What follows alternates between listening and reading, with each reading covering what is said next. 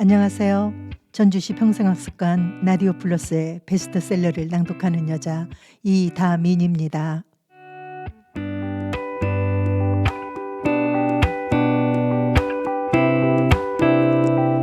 아름다운 이강산이 청년이 되어갑니다. 사위를 둘러봐도 푸르름에 눈이 시원하고 머리가 맑아지는 계절입니다. 이렇게 자연은 때를 놓치지 않고 제 할 일을 변함없이 하고 있습니다. 그야말로 섭리의 의리를 지키고 있는 자연입니다. 이런 모습을 보며 오늘날 우리 사회는 사람은 얼만큼 지키고 있는지 생각해 돌아보며 어제의 존중과 존경이 오늘의 공공의 적이 되어가는 오만함이 없지 않은 우리 사람이 배워야 할 이치이지 않을까 합니다. 배낭여 잠시 후에 뵙겠습니다.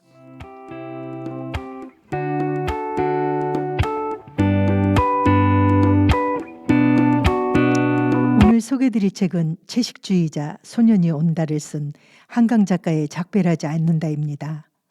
한강 작가는 소설 채식주의자로 노벨 문학상, 콩쿠르상과 함께 세계 3대 문학상으로 손꼽히는 맨부커상을 수상한 아시아인 최초로 우리나라의 소설가입니다. 또한 작별하지 않는다는 2023년 프랑스 메디치 외국 문학상을 수상하며 더 많이 주목받은 소설입니다. 네이버 출처. 그녀는 아제아제 발해아제의 작가 한승훈 씨의 딸로 아버지의 영향을 받으며 작가의 길을 걸었다 합니다. 먼저 한강 작가를 소개하겠습니다. 한강 작가는 1970년 전남 광주에서 태어났습니다. 1993년 연세대학교 국문학 학사입니다. 1993년 문학과 사회, 겨울호의 시, 서울의 겨울외 4편을 발표하고 이듬해 서울신문 신춘문예의 단편소설 붉은 다시 당선되면서 작품 활동을 시작했습니다. 장편소설 검은 사슴, 그대의 차가운 손, 채식주의자, 바람이 분다 가라, 히라버 시간, 소년이 온다, 흰, 소설집 여수의 사랑, 내 여자의 열매, 노랑무늬 영원, 시집 서랍에 저녁을 넣어 두었다 등이 있습니다. 오늘의 젊은 예술가상, 이상문학상, 독립문학상, 김유정 문학상, 산클레멘터 문학상, 메디치 외국 문학상 등을 수상했으며 노르웨이 미래도서관 프로젝트 참여 작가로 선정되었습니다. 작별하지 않는다는 흔한 연인들의 사랑 이야기인 줄 알았으나 전혀 다른 류의 또 다른 사랑을 얘기하고 있더군요. 사실 이 책이 어려웠습니다. 꿈인가 현실인가 구분이 잘 가지 않고 일반적인 대사 등에서 쓰는 부호들을 모두 빼고 글씨체로 대사와 나레이션을 구분하고 있는 것도 낯설고 어려웠습니다. 그러나 이 책이 주는 잊지 않고 기억해야 하는 사랑을 알게 됩니다. 한강 작가의 작별하지 않는다는 제주 4.3 사건을 주제로 하였습니다. 제주하면 우리나라의 하와이로 인식되며 가장 아름다운 도시로 많은 사람들이 찾아가는 곳인데요. 이런 제주의 민족에 한이 서리는 아픔이 있었고 그 끝내지 못한 아픔을 다룬 소설이 되겠습니다. 그럼 제주 4.3 사건이 어떤 사건인지 먼저 알아보겠습니다. 제주 4.3 사건 4월 3일 사건은 1947년 3월 1일을 기점으로 1948년 4월 3일 발생한 소요사태 및 1954년 9월 21일까지 제주도에서 발생한 남로당의 지휘를 받은 빨치산 조직의 진압 과정에서 제주인들이 희생당한 사건을 말합니다. 민간인 희생자를 최대 2만 5천 명에서 3만 명으로 추정한다 합니다. 네이버 출처입니다. 작별하지 않는다는 저는 첫 장면부터 섬뜩한 공포를 느끼며 읽었습니다. 그러나 그 내용은 책장을 넘기면서 아프고 풀지 못한 깊은 사랑이 있습니다. 그쪽 일부 결정으로 본문은 시작합니다. 성근 눈이 내리고 있었다. 내가 서 있는 벌판의 한쪽 끝은 야트막한 산으로 이어져 있었는데 등성이에서부터 이편 아래쪽까지 수천 그루의 검은 통나무들이 심겨 있었다. 여러 연령대의 사람들처럼 조금씩 다른 키에 철길 침묵 정도의 굵기를 가진 나무들이었다. 하지만 침묵처럼 곧지 않고 조금씩 기울거나 휘어져 있어서 마치 수명의 남녀들과 야윈 아이들이 어깨를 웅크린 채 눈을 막고 있는 것 같았다. 묘지가 여기 있었나? 나는 생각했다. 이 나무들이 다 묘비인가? 우둥지가 잘린 단면마다 소금 결정 같은 눈송이들이 내려앉은 검은 나무들과 그 뒤로 엎드린 봉분들 사이를 나는 걸었다. 문득 발을 멈춘 것은 그 어느 순간부터 운동화 아래로 자작자작 물이 밟혔기 때문이었다. 이상하다 생각하는데 어느 틈에 발등까지 물이 차올랐다. 나는 뒤를 돌아보았다.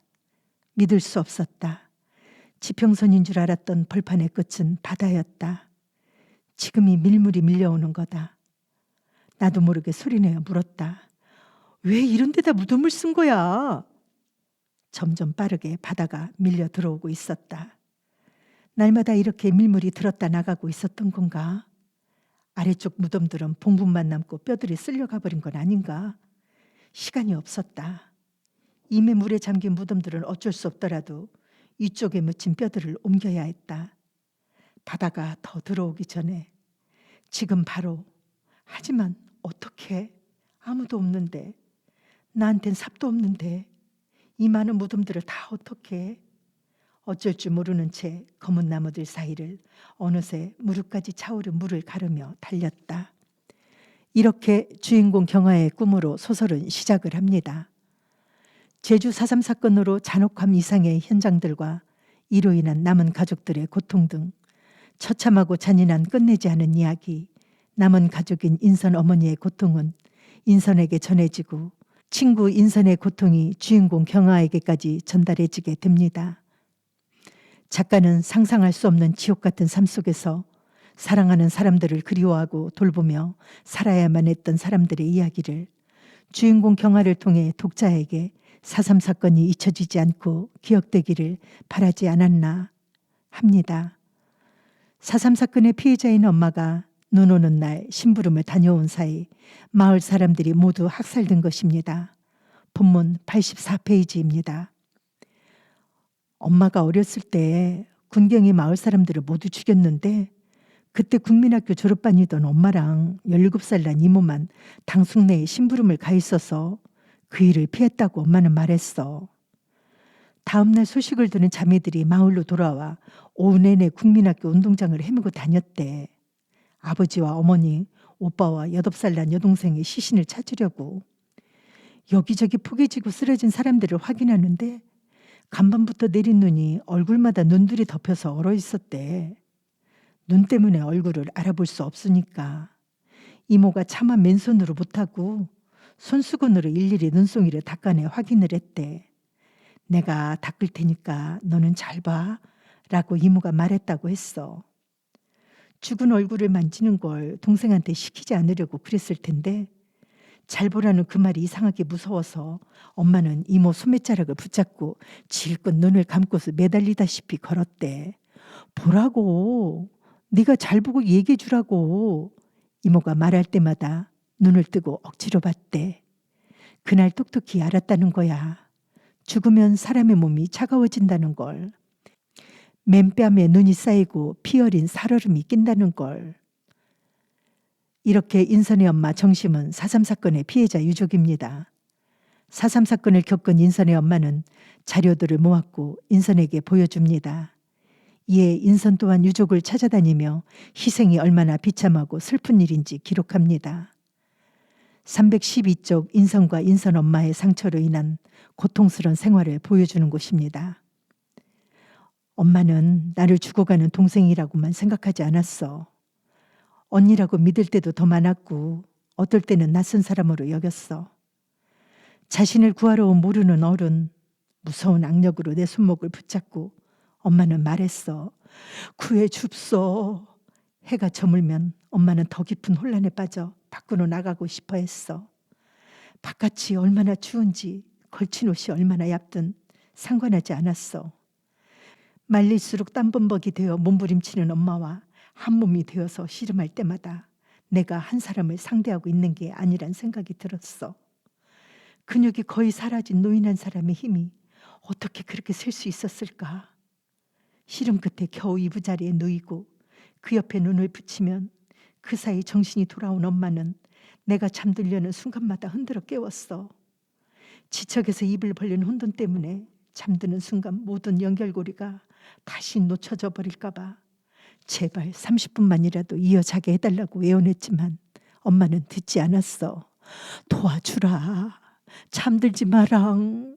나 도와주라 인선아. 밤새 끓으며 타는 죽처럼 그렇게 우린 함께 튀고 흘러내렸어. 도와주라. 나 도와주랜. 속삭이다 잠든 얼굴에 손을 뻗었다가 물에 빠진 사람같이 젖은 뺨이 만져지면 엄마를 등지고 누워 생각했어. 내가 어떻게 당신을 내가 구해. 사실은 죽고 싶었다. 한동안은 정말 죽어야겠다는 생각뿐이었어. 작별하지 않는다는 어두운 이야기나 4.3 사건은 개인의 고통이 한이 아니라는 걸 잊어서는 안 될 일이라는 걸 해결할 수 없지만 기억해야 한다는 걸 일깨워 주려 합니다. 어쩌면 진정한 작별을 원하는 기다림의 글인지도 모르겠습니다. 작가의 말입니다. 몇 년 전 누군가 다음에 무엇을 쓸 것이냐고 물었을 때 세상에 대한 소설이기를 바란다고 대답했던 것을 기억한다. 지금의 내 마음도 같다. 이것이 지극한 사랑에 대한 소설이기를 빈다.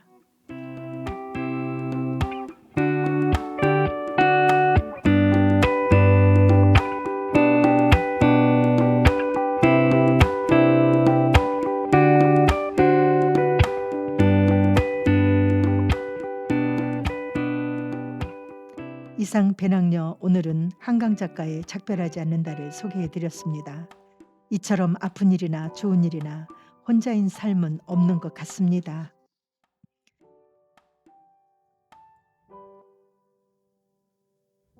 바깥나들이 많이 하실 텐데요. 생각 있는 행동이 질서라 여깁니다. 생활 속에서 항상 안전하시고 즐거우시기 바랍니다. 지금까지 배낭여 이다민이었습니다. 같이 해주신 분께 감사드립니다. 안녕히 계세요.